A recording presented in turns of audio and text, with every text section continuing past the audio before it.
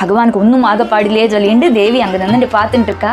அவள் பார்த்துட்டு இருக்கா, இப்படி 7 மூர்த்தியை தரிச்சுட்டு 7 காளைகளை ஒரே சமயத்தில் அடக்கி ஒரே கயரால் அதனோட மூக்கில் தொலைச்சி அப்படியே எடுத்துட்டு இப்படி கம்பீரமாக பகவான் நடந்து வரேன்.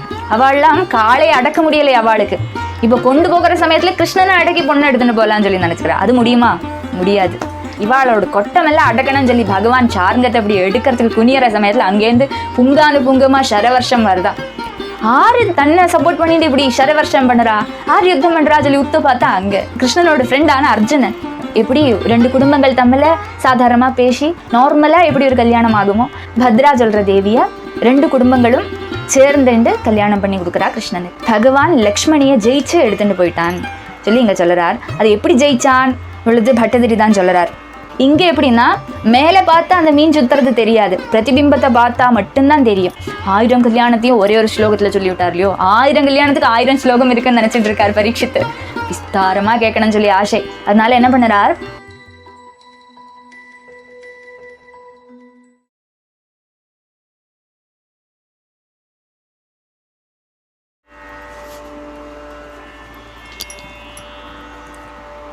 संसारसागरे मग्नं दीनं मां करुणानिधे कर्मग्राहगृहीतागं मामुद्धर भवार्णवात् श्रीमद्भागवताख्योऽयं प्रत्यक्षकृष्ण एव हि स्वीकृतोऽसि मया नाथ मुक्त्यर्थं भवसागरे मनोरथो मदीयोऽयं सफलः सर्वथा त्वया निर्विघ्नेनैव कर्तव्या दासोऽहं तव केशव शुकरूपप्रबोधज्ञ सर्वशास्त्रविशारद एतत् कथा प्रकाशेन मदज्ञानं विनाशय देवदेव जगन्नाथ पुण्यश्रवणकीर्तना यदुत्तमोत्तमश्लोक नारायण नमोऽस्तु ते भवे भवे यदा भक्ति पादयोस्तव जायते तथा कुरुष्व देवेश नाथस्त्वं नो यत प्रभो नाम संकीर्तनं यस्य सर्वपापप्रणाशनं प्रणामो दुःखशमन तं नमामि हरिं परम् नमो महावदान्याय कृष्णप्रेमप्रदायते कृष्णाय कृष्णचैतन्य नाम्ने गौरत्विषे नमः हरे रामेति कृष्णेति नाम संकीर्तनं सदा लोकक्षेमाय कुर्वन्तं प्रेमिकं सद्गुरुं भजे हरे राम राम राम हरे हरे हरे कृष्णा कृष्ण कृष्ण हरे हरे गोपिका जीवनस्मरणं गोविन्द गोविन्द.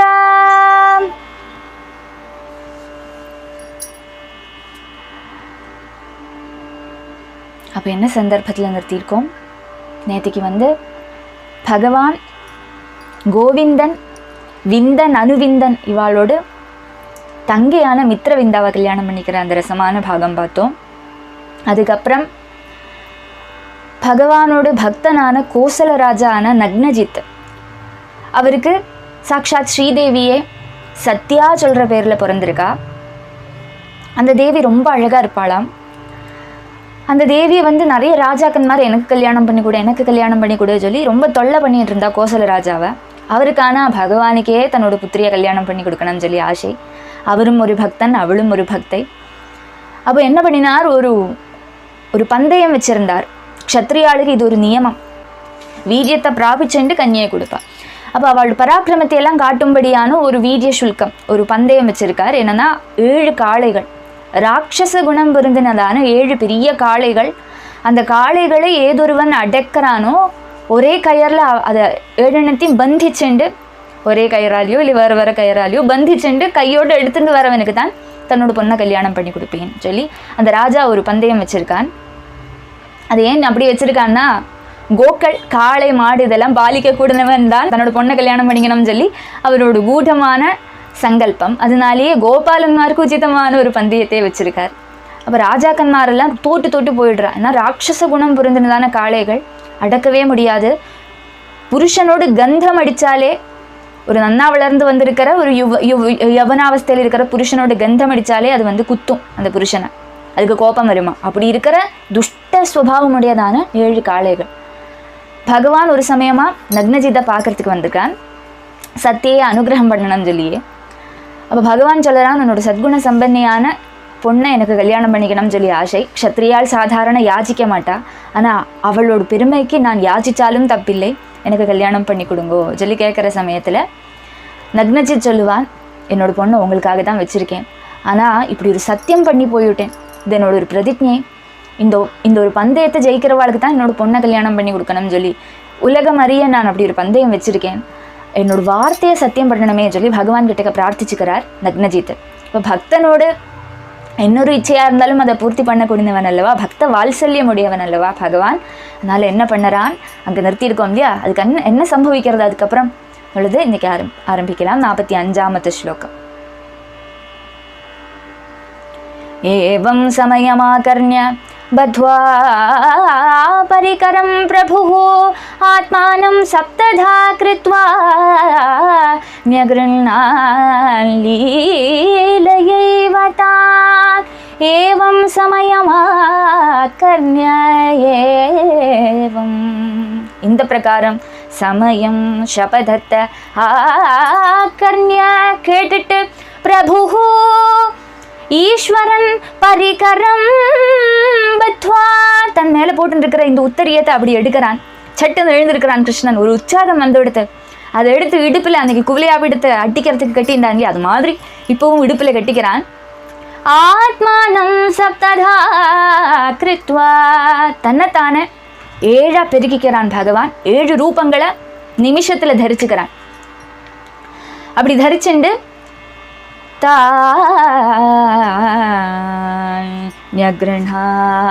அந்த காளைகள் இருக்கக்கூடியதான அந்த ஒரு மைதானத்துக்கு போகிறான். பகவான் வந்ததுமே அது ஊர் சொல்கிறது அந்த காளைகள் எல்லாமே.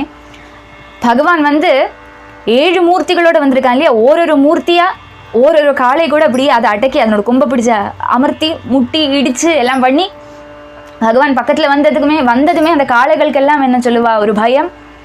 சர்வ லோகேஸ்வரன் எல்லாத்தையும் ஆட்டி படைக்க கூடினவன், அப்படியே சுவாதீனமாக அடங்கி போயிடுதான் அந்த காளைகள் பகவானோட ஸ்பர்ஷன மாத்திரத்தால். 7 காளைகளையும் பக்கத்தில் போய் ஒரே சமயத்தில் அதோட மூக்கில் கோஆர்டினேஷன், அந்த ஒரு கோஆர்டினேஷன் இல்லையா, ஒரு மூர்த்தியிலேருந்து ஒரு பகவான் அடுத்த பகவானுக்கு இப்படி மூக்கிலேருந்து தொலைச்சி அடுத்த அந்த கயிறையே கொடுக்குறான். அந்த கயிறை வாங்கி அடுத்த பகவான் மூக்கில் தொலைக்கிறான், அடுத்த காளைக்கு கூட யுத்தம் பண்ணுற பகவானுக்கு கொடுக்குறான். அப்படி கொடுத்து கோஆர்டினேஷனோட எல்லா கயிறையும் ஒன்னாக்கி ஒரு ரூபத்தை தெரிச்சுன்னு அந்த கயிறை பிடிச்சிட்டு இப்படி ராஜா முன்னாடி வரானாம் கிருஷ்ணன். இப்படி 7 மூர்த்திகளை தரிச்சுண்டு அந்த சத்தியை அங்கேருந்து பார்க்குற பகவான் எப்படி அடக்கிறான். பகவானுக்கு ஒன்றும் ஆகப்பாடிலே சொல்லிட்டு தேவி அங்கே நின்றுட்டு பார்த்துட்டு இருக்கா. அவள் பார்த்துட்டு இருக்கா, இப்படி 7 மூர்த்தியை தரிச்சுட்டு 7 காளைகளை ஒரே சமயத்தில் அடக்கி ஒரே கயரால் அதனோட மூக்கில் தொலைச்சி அப்படியே எடுத்துட்டு இப்படி கம்பீரமாக பகவான் நடந்து வரேன். அதை பார்த்ததுமே அப்படி ஒரு சந்தோஷம் அந்த ராஜகுமாரிக்கு. ராஜாக்கு அதை விட சந்தோஷம்.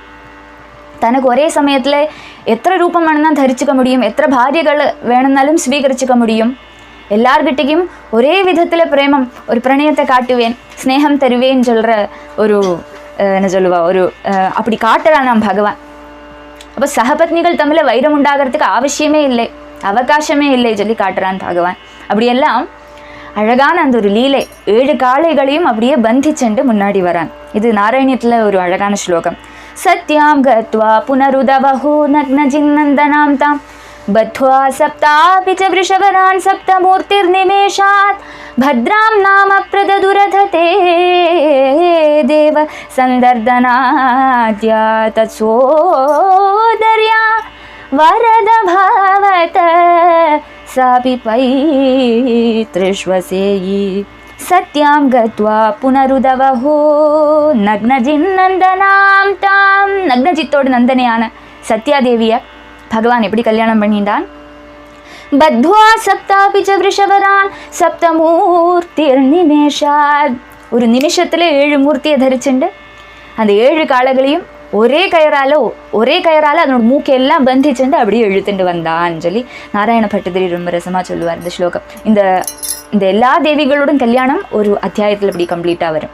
சத்யபாமையோடும் ருக்மிணி தேவியோடும் கல்யாணம் செப்பரேட்டாக வரும். அதுக்கப்புறம் இந்த பாக்கியுள்ள தேவிகளோட எல்லாரோடுமே கல்யாணம் ஒரு அத்தியாயத்தில் ரொம்ப அழகாக நாராயணியத்தில் வருது.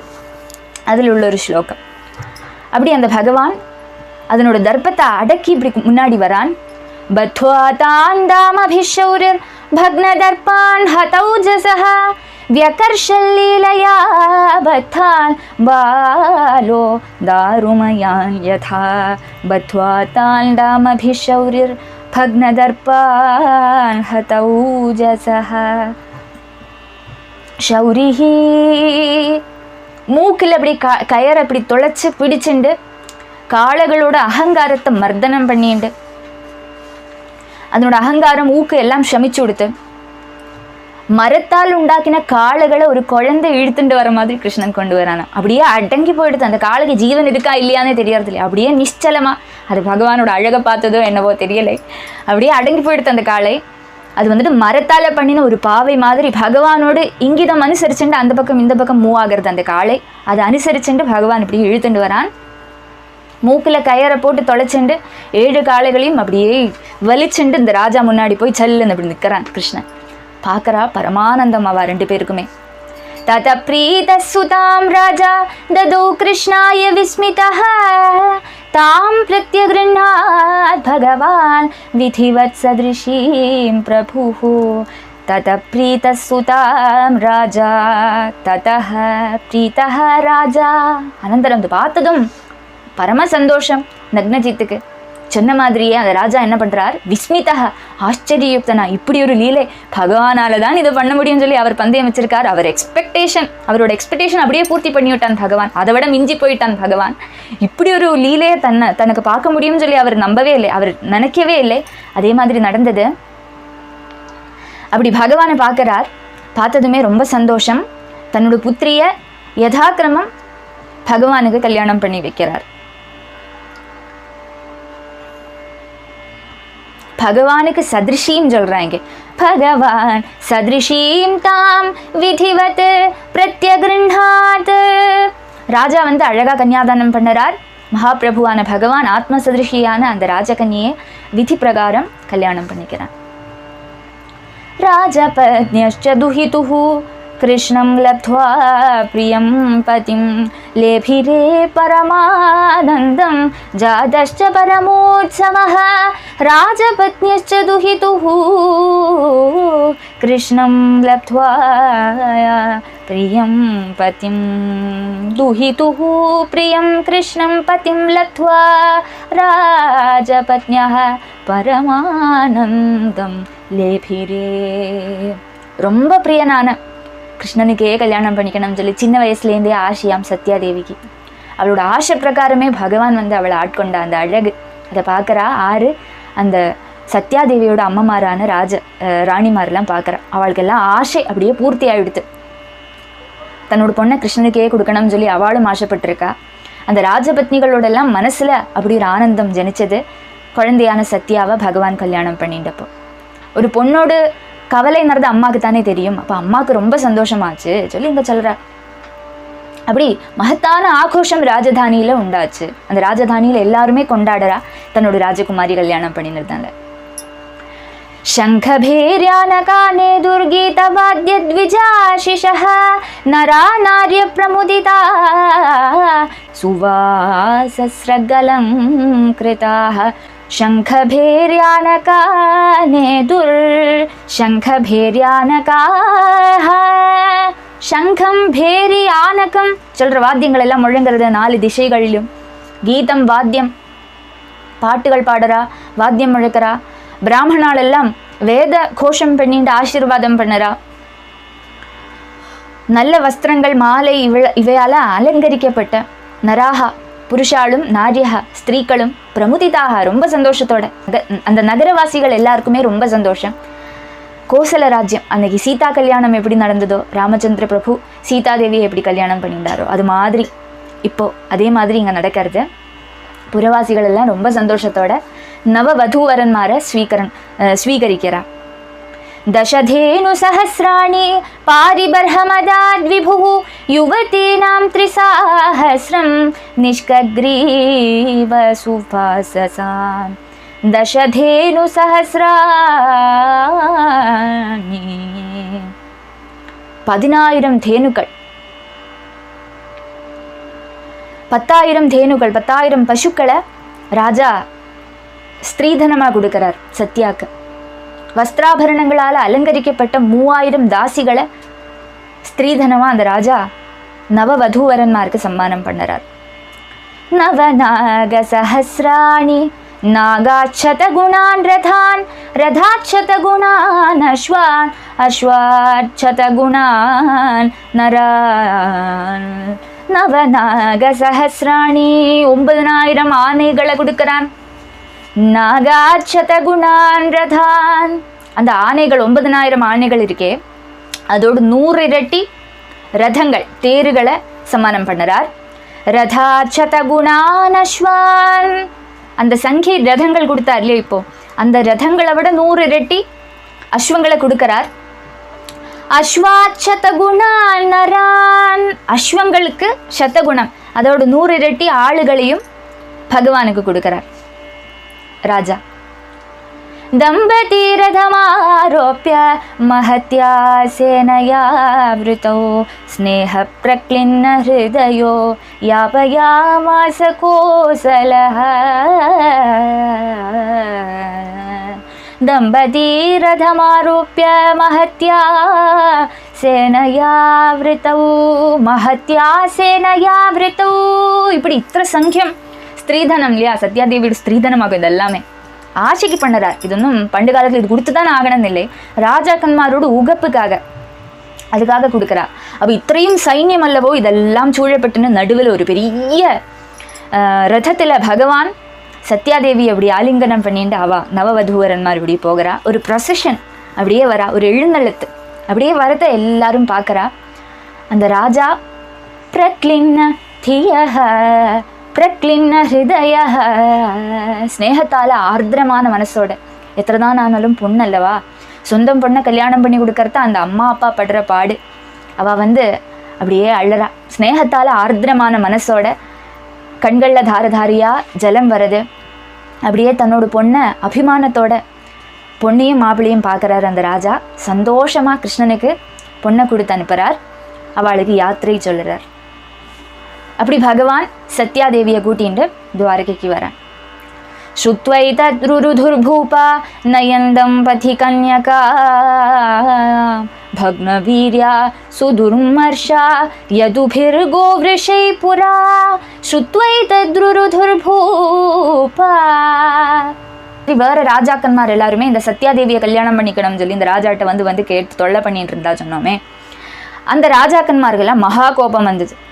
கிருஷ்ணன் காளையை அடக்கி சத்யாதேவியை கல்யாணம் பண்ணிட்டு போகிறான்னு சொன்னதுமே கோபம் வந்தது.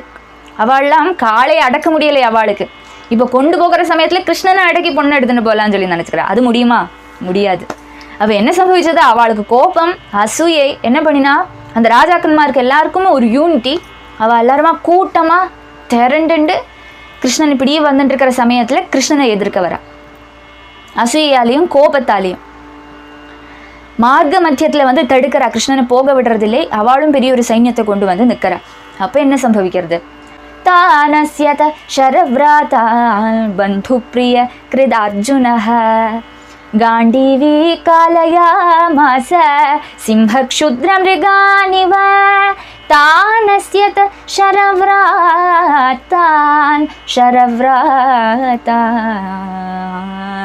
இவாளோட கொட்டமெல்லாம் அடக்கணும்னு சொல்லி பகவான் சார்ங்கத்தை அப்படி எடுக்கிறதுக்கு குனியற சமயத்தில் அங்கேருந்து புங்கானு புங்கமா ஷரவர்ஷம் வருதான்.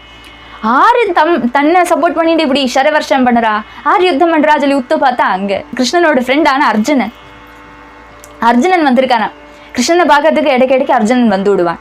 இந்த தடவை துவாரகையில் வந்தப்போ கிருஷ்ணனை காணாம். கிருஷ்ணன் எங்கே போனான்? நக்னஜித்து சொல்கிற ராஜாவை பார்க்கறதுக்கு கோசல தேசத்துக்கு போயிருக்கான்னு சொல்லி தெரிஞ்சுதான். அப்போது விறுவிறுவிறுன்னு கிருஷ்ணன் என்ன பண்ணுறான் அங்கே சொல்லி பார்க்கறதுக்குன்னு அர்ஜுனன் வரானாம். கிடுகிடுன்னு வர சமயத்தில் இத்தனை ராஜாக்கன்மாரும் கிருஷ்ணன் கூட யுத்தம் பண்ணணும்னு சொல்லிட்டு எல்லாருமே வந்திருக்கா. பகவானான தேவியை கூட்டின்னு வரான். கல்யாணம் ஆயிருக்கு.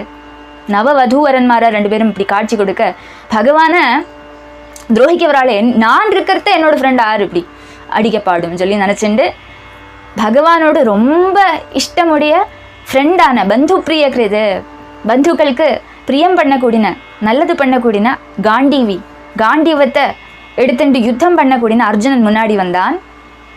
காண்டீவத்தை இப்படி டங்காரம் பண்ணிகிட்டே வந்தான். இப்படி அந்த என்ன சொல்லுவா யான் கயரை அப்படி அடிச்சுட்டே வந்தான். அடிக்கிற சமயத்தில் இந்த ராஜாக்கன்மாரெலாம் நடுங்கிறா. அவள் முன்னாடி ஒரு சிம்ஹத்தை மாதிரி முன்னாடி வந்ததுன்னு அவளையெல்லாம் க்ஷுத்ர மிருகங்களை வேட்டையாடுற மாதிரி ஓட வச்சானா. அர்ஜுனனோட பராக்கிரமத்துக்கு முன்னாடி யாருக்குமே நிற்க முடியாது. அப்படி அவளெல்லாம் யுத்தம் பண்ணி தோக்கடிச்சு கிருஷ்ணனுக்கும் சத்தியக்கும் இப்படி ஒரு விருது பண்ணினான் அர்ஜுனன்.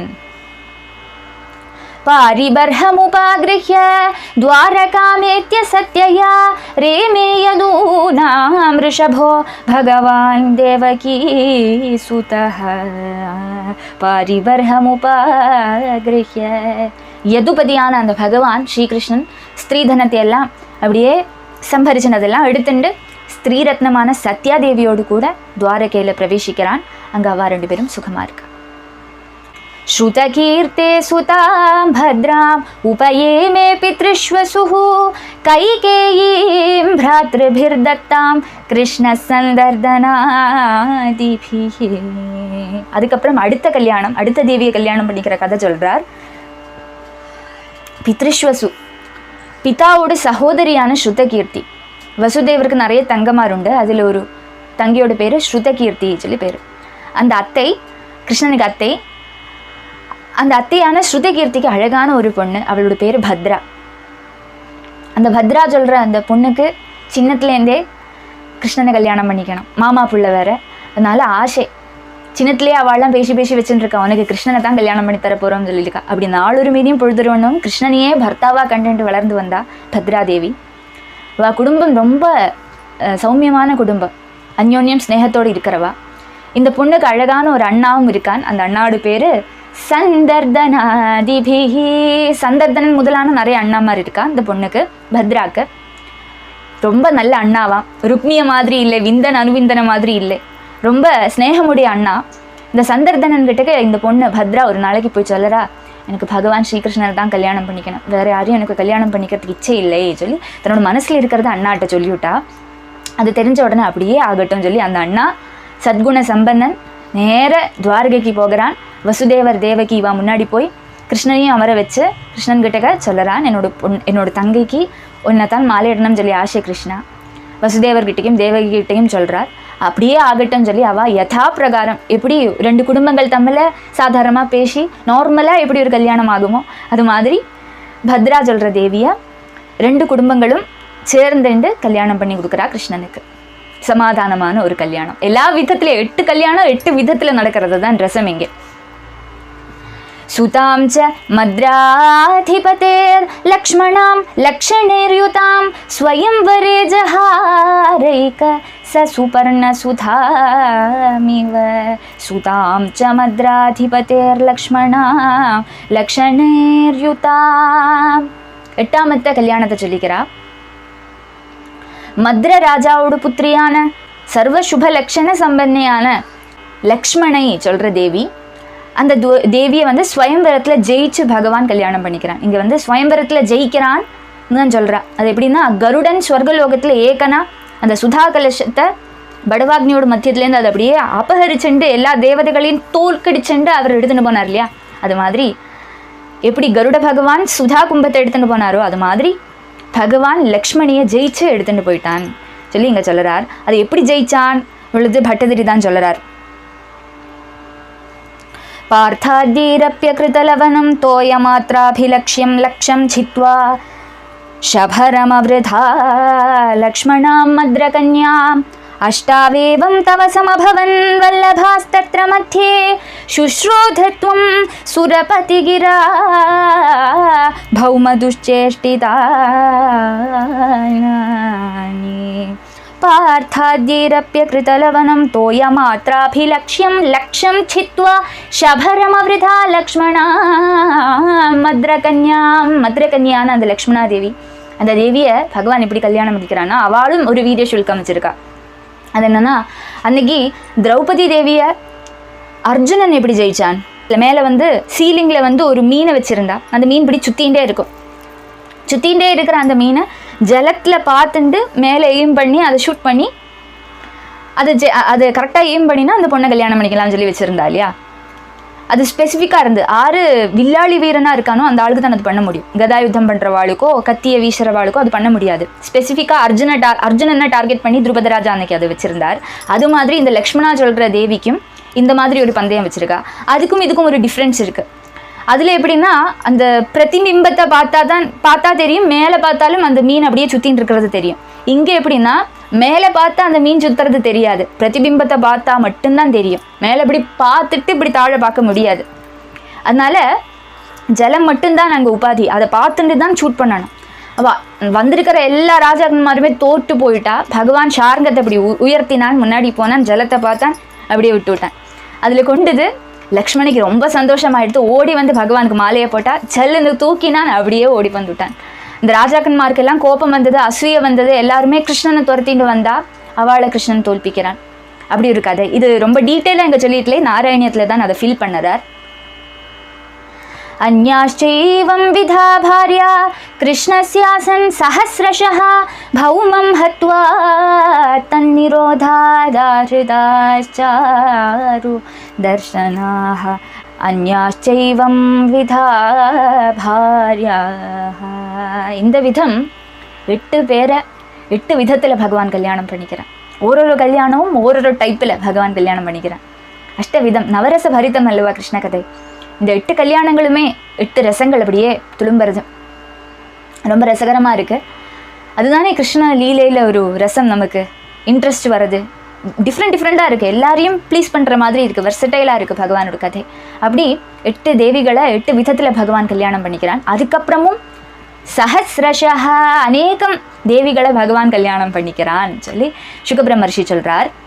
நரகாசுரன் ஒரு சமயம் அநேகம் ஸ்திரீகளை பலாத்காரேன்னு அபகரிச்சுண்டு காராகிரகத்தில் பூட்டி போட்டிருந்தார்.